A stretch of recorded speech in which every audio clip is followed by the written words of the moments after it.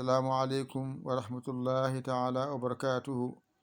E bandiraɓe sehilaɓe janggiyankoɓe en garti kadi e windande men hande eɗen janga ja mawɗo ja tokoso, la mawɗo la tokoso, ka mawɗo ka tokoso, ma mawɗo e ma tokoso. ɗo noon ko ma mawɗo e ba mawɗo ndendinɗa innira mba, ma tokoso e ba tokoso renda wona mba. wadde a jangi hande ja la ka ma mba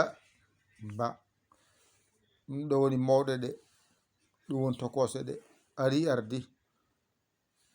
mangal ja ko ni wayata, tokosal ko ni wayata ja, la mawɗo ko ni wayata, la tokoso ko ni wayata, ka mawɗo ko ni wayata, ka tokoso ko ni wayata, ma mawɗo ko ni wayata, ma tokoso ko ni wayata, mba mawɗo ko ni wayata, mba tokoso ko ni wayata.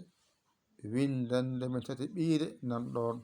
a jangi ja mawɗo ja tokoso, la mawɗo la tokoso, ka mawɗo ka tokoso, ma mawɗo ma tokoso, mba mawɗo mba tokoso.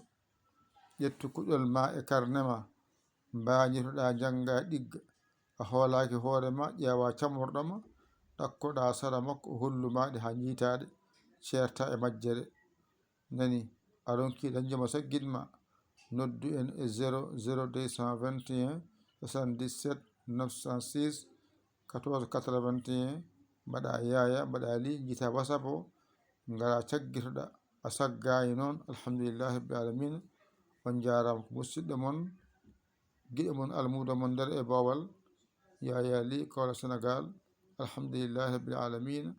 on jarama, wassalam.